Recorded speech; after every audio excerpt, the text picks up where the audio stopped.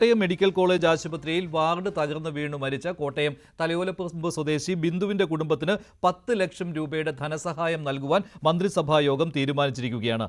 മകന് സർക്കാർ ജോലി നൽകുവാനും തീരുമാനമെടുത്തിട്ടുണ്ട്. വീട് നിർമ്മിച്ചു നൽകുവാനും തീരുമാനം വന്നിട്ടുണ്ട്. അല്പം മുമ്പ് ചേർന്ന മന്ത്രിസഭാ യോഗമാണ് ഈ തീരുമാനമെടുത്തത്. ഇതാണ് ഏറ്റവും പുതിയ വാർത്ത. നേരത്തെ ഇങ്ങനെ ഒരു ആവശ്യം ഉന്നയിക്കപ്പെട്ടിരുന്നതാണ്. ആവശ്യമായ സഹായം നൽകണം ബിന്ദുവിന്റെ കുടുംബത്തിന് എന്നത്. നിർധനരായ ഒരു കുടുംബമാണ്. ആ കാര്യം ഇപ്പോൾ മന്ത്രിസഭാ യോഗം അംഗീകരിച്ചിരിക്കുകയാണ്. 10 ലക്ഷം രൂപയുടെ ധനസഹായം നൽകുവാനുള്ള തീരുമാനമാണ് എടുത്തിരിക്കുന്നത്.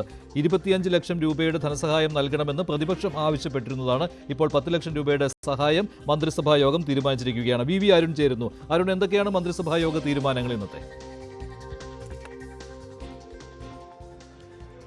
മഞ്ജുഷ, സർക്കാരിന് വലിയ നാണക്കേടുണ്ടാക്കിയ സംഭവമായിരുന്നു കോട്ടയം മെഡിക്കൽ കോളേജ് ആശുപത്രിയിൽ കെട്ടിടം തകർന്നു വീണ ഒരു സ്ത്രീ മരിച്ചത്. അവരുടെ കുടുംബത്തെ സർക്കാർ സംരക്ഷിക്കുമെന്ന് അന്ന് തന്നെ മന്ത്രിമാർ ഉറപ്പ് നൽകിയതാണ്. ഇപ്പോൾ ആ ഉറപ്പ് സർക്കാർ പാലിക്കുകയാണ്. 10 ലക്ഷം രൂപ ബിന്ദുവിന്റെ കുടുംബത്തിന് ധനസഹായം, സാമ്പത്തിക സഹായമായി നൽകും. മകന് സർക്കാർ ജോലി നൽകും. അതിനു പുറമെ അവരുടെ വീടിന്റെ ശോച്യാവസ്ഥയൊക്കെ കേരളം മുഴുവൻ കണ്ടതാണ്. അവർക്ക് വീട് നിർമ്മിച്ചു നൽകാനും സർക്കാർ തീരുമാനമെടുത്തിരിക്കുന്നു. മന്ത്രിസഭാ യോഗത്തിലാണ് തീരുമാനമുണ്ടായത്. അല്പസമയം മുമ്പാണ് ഓൺലൈനായി ചേർന്ന മന്ത്രിസഭാ യോഗം അവസാനിച്ചത്. ആ മന്ത്രിസഭാ യോഗത്തിലാണ് വളരെ പ്രധാനപ്പെട്ട ഈ തീരുമാനം.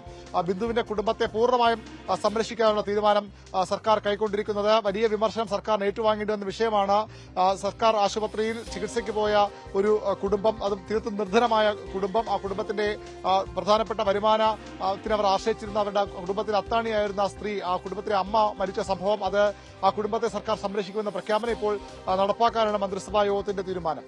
ശരി, വി അരുണാണ് വിവരങ്ങൾ നൽകിയത്.